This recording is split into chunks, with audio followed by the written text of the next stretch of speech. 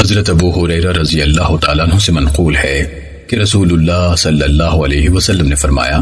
گھوڑے کسی شخص کے لیے ثواب کا ذریعہ ہیں، کسی کے لیے پردہ پوشی کا سبب ہیں اور کسی کے لیے گناہ کا موجب ہیں۔ ثواب اس شخص کے لیے ہے جس نے انہیں جہاد کے لیے باندھ رکھا ہے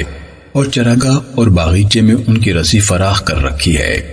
وہ رسی میں بندھے ہوئے اس چراگاہ اور باغیچے سے جو کچھ بھی کھائیں پیئیں گے وہ اس کے لیے نیکیاں ہی نیکیاں ہیں، اور اگر وہ رسی توڑوا کر ایک دو ٹیلے تک ادھر ادھر بھاگ جائیں تو ان کے نشانات قدم حتیٰ کہ ان کی لید بھی اس کی نیکیوں میں اضافے کا سبب ہے۔ اور اگر وہ کسی نہر اور دریا کے پاس سے گزرتے وقت پانی پی لیں، خواہ اس نے انہیں پانی پلانے کا ارادہ نہ کیا ہو، تو وہ پانی بھی اس کے لیے نیکیاں بن جائے گا۔ یہ تو ثواب والے گھوڑے ہیں، اور جس آدمی نے انہیں اپنے فائدے کے لیے باندھا کہ کسی کے سامنے دستے سوال دراز نہ کرنا پڑے، اس کے ساتھ ساتھ اس نے ان گھوڑوں اور ان کی سواری کے مسئلے میں اللہ تعالیٰ کا حق فراموش نہیں کیا، یہ اس شخص کے لیے پردہ پوش ہیں۔ اور جس شخص نے فخر، ریاکاری اور اہل اسلام کی مخالفت کی غرض سے گھوڑے باندھے تو یہ اس کے لیے گناہ کا موجب ہوں گے۔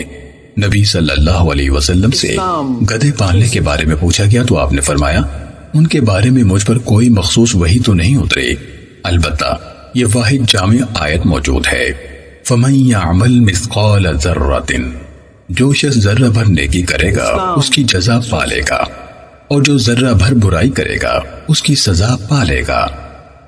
سنن نسائی حدیث نمبر 3593۔